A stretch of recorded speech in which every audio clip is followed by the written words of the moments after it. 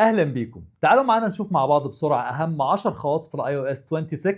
يلا بينا. اول حاجه خلينا ندخل على الصور. ابل عملت لك فيتشر قوي جدا، وهو ان انت تحول اي صوره ستيل ل 3 دي افكت. بتضغط على الزرار ده وبيبتدي يحول لك الصوره ل 3 دي افكت زي ما انت شايف. لو قلبنا في الصور برضو بيعمل ابلاي لكل السيتنجز على نفس الصور اللي انت بتقلب فيها. فيتشر حلو جدا وشيك قوي. وكمان ممكن تدي نفس الإفكت للخلفية بتاعتك. هتدوس دوسة طويلة كاستمايز، هتضغط على نفس الزرار وهيعمل لك جنريتنج للخلفية بتاعتك بنفس ال 3 دي إفكت اللي انت شايفه ده. تاني حاجة بعرف اتحكم في فونت الساعة. بدخل على كاستمايز وبعدين بلاقي ايدج هنا موجود، بكبر منه وبصغر الساعة وبتديني الإفكت الجميل ده. بس الغريب في الموضوع ان انا لو دخلت على اي فونت تاني ما بلاقيش نفس الادج، ما بعرفش اتحكم فيه، فبضطر ان انا ارجع طبعا للفونت ده لو انا عايز اكبر الساعه واكبرها من هنا. وطبعا ممكن تتغير الالوان على حسب الخلفيه بتاعتك وعلى حسب ما انت حابب. تالت حاجه بيخليك تتحكم في وقت السنوز بتاع اي الارم انت عامله.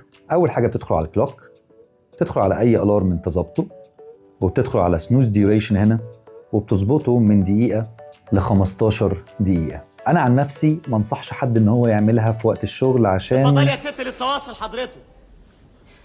الحمد لله على السلامه يا استاذ. طيب دلوقتي ممكن تسال ابل انتليجنس على اي حاجه من اي فيديو او اي صوره انت لقيتها، مجرد ان انت تاخد سكرين شوت منها وتعلم عليها وبعدين تفتح السيرش، هيجيب لك كل المعلومات عن البرودكت او الايتم اللي انت بتسال عليه. طبعا دي كان المفروض تبقى موجوده من زمان، بس يعني الحمد لله الذي احيانا ان احنا نلاقي الحاجه دي موجوده دلوقتي. وطبعا لو عايز النوتيفيكيشنز بتاعتك ما تبقاش غامقه كده وتبقى ماشيه مع الثيم الجديد اللي انت منزله لسه الاي او اس 26، ادخل على سيتنجز، هتدخل على accessibility وبعدين display text and size وبعدين بتعمل reduce transparency، وهتلاقي الايكونز بتاعتك فتحت شويه كده وبقى شكلها لذيذ. دلوقتي كمان ممكن تستخدم فيتشر حلو جدا من ابل انتليجنس، وهو ان انت بتعمل دمج الاثنين ايموجيز مع بعض. انت بتدخل على المسجز، وخد بالك شغاله على الواتساب كمان، تدخل على الايموجيز، تدخل على جين موجي وبتبتدي تعرف تدمج تو ايموجيز مع بعض ايا كان هم ايه، وبيبتدي الاي اي يشتغل وبيعمل لك ثيرد ايموجي طالع من الاثنين اللي انت اخترتهم، وبتبتدي تعرف ان انت تستخدمهم. ولو انت عايز الباك جراوند بتاعك يبقى عباره عن البوم متعدد الصور، انت فقط بتدوس على كاستمايزيشن، بتدخل على علامه البلس، بتختار فوتو شافل وبعدين بتختار الالبوم اللي انت عايز تختار منه الصور بتاعتك، بتدوس على فيفورتس وبتختار الالبوم اللي انت عامله.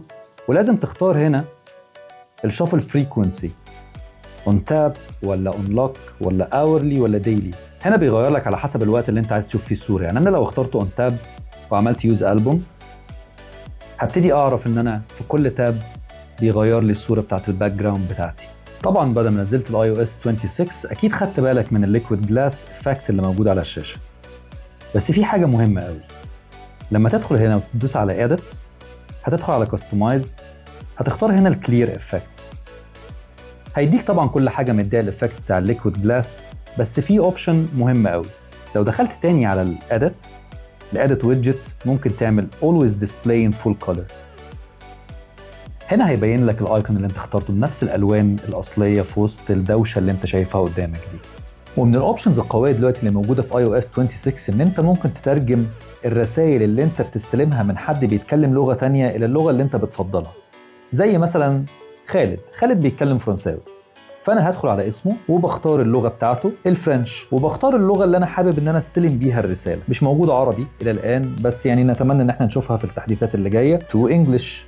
فانا لو بعت له الرساله هتترجم من انجليزي لفرنساوي زي ما احنا هنشوف دلوقتي. هاي، هيظهر هنا مربع صغير مكتوب عليه سالوت، وببتدي ابعت له الرساله. وكذلك العكس، لو هو بعت لي بالفرنساوي انا بستلمها بالانجليزي.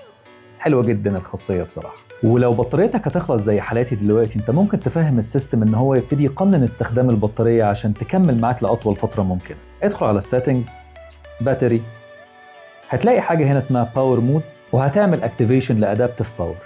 ومن هنا السيستم هيبتدي يقلل استخدام البطارية بقدر الإمكان عشان يكمل معاك لأطول فترة. لو عجبك اللي انت شفته وعايز تشوف حاجات تانية مهمة في iOS 26 ما تنساش تكتب لي في الكومنتس، وما تنساش تعمل لايك وسبسكرايب وتابعني عشان تعرف كل جديد. سلام.